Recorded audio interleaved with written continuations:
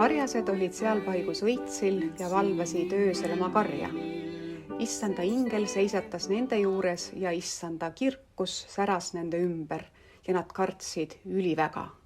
Aga ingel ütles neile: ärge kartke, sest vaata, ma kuulutan teile suurt rõõmu, mis saab osaks kogu rahvale, et teile on täna sündinud Taaveti linnas päästja, kes on issand Kristus. Ja see on teile tunnustäheks. Te leiate lapsukese mähitud ja sõimes magavat.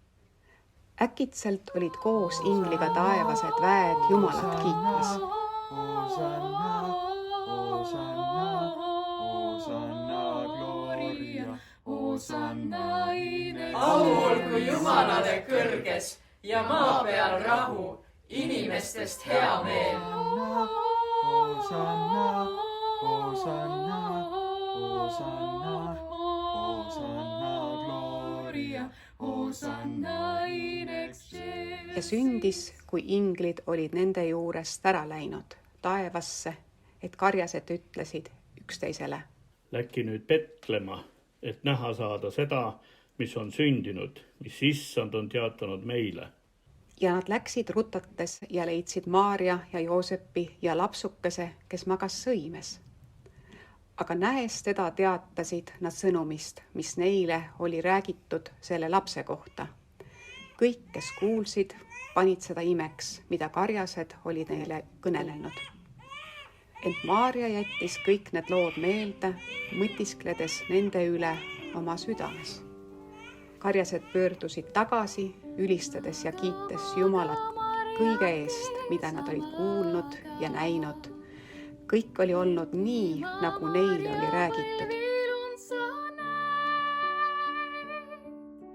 Lapsukeni väike aga rahvas, sinu ees kokku paneb käid. Maga veel sul tundmata on vaevad. Ees on pikad teed ja raske töö. Õberides ingleid laulab taevas.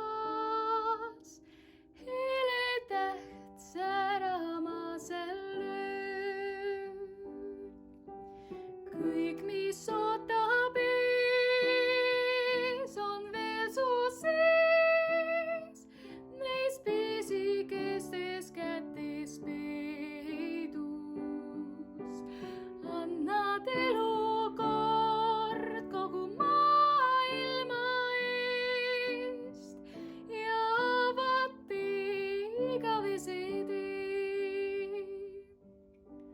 Maga, maga, Marjake, sa maga. Kui 8 päeva sai täis ja tuli aeg lapse ümberlõikamiseks, siis pandi talle nimeks Jeesus, mille oli ütelnud ingel, enne kui laps sai ema ihusse.